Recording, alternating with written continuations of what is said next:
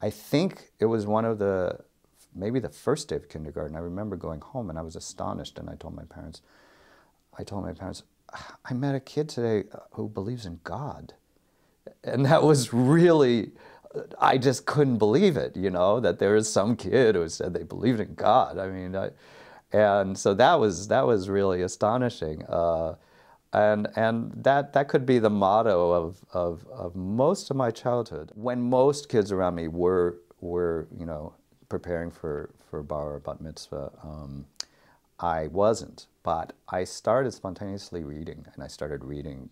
I was a voracious reader as a kid, so, and a lot of what I started reading at, you know, 12, 13, beyond was books about Jewish subjects. I'm sure it's not uncommon, you know, that people have unconscious ways of filling in gaps, and to me that was a gap. So I remained a self-taught Jew for a long time.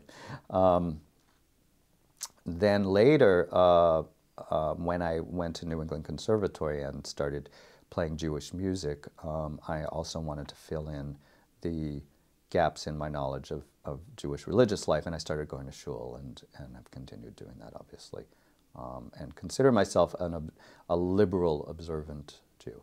That's how I would put it.